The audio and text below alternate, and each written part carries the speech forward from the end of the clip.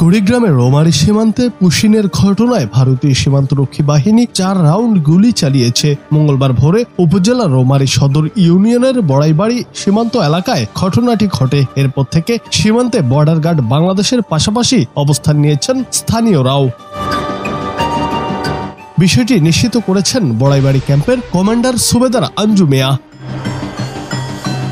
স্থানীয় ও বিজিবি সূত্রে জানা গেছে, রোমারি উপজেলার বড়াইবাড়ি সীমান্তে ভারতের আসাম রাজ্যের মানকাচর থানাধীন এলাকার কাকারিপাড়া ক্যাম্পের বিএসএফ সদস্যরা 14 জন নারী পুরুষকে বাংলাদেশের অভ্যন্তরে পুশিন করে। পুশিন হওয়া ভারতীয় নাগরিকদের সীমান্তের শূন্য রেখায় বিজিবি নিয়ে গেলে বিএসএফ অকথ্য ভাষায় গালাগালি করে 4 রাউন্ড গুলি চালায়। পরে বিজিবি শূন্য রেখায় অবস্থান নেয়। এ খবর ছড়িয়ে পড়লে বড়াইবাড়ি গ্রামবাসী সহ আশপাশের গ্রামের লোকজন ছুটে এসে শূন্য রেখায় তারাও অবস্থান নেয়।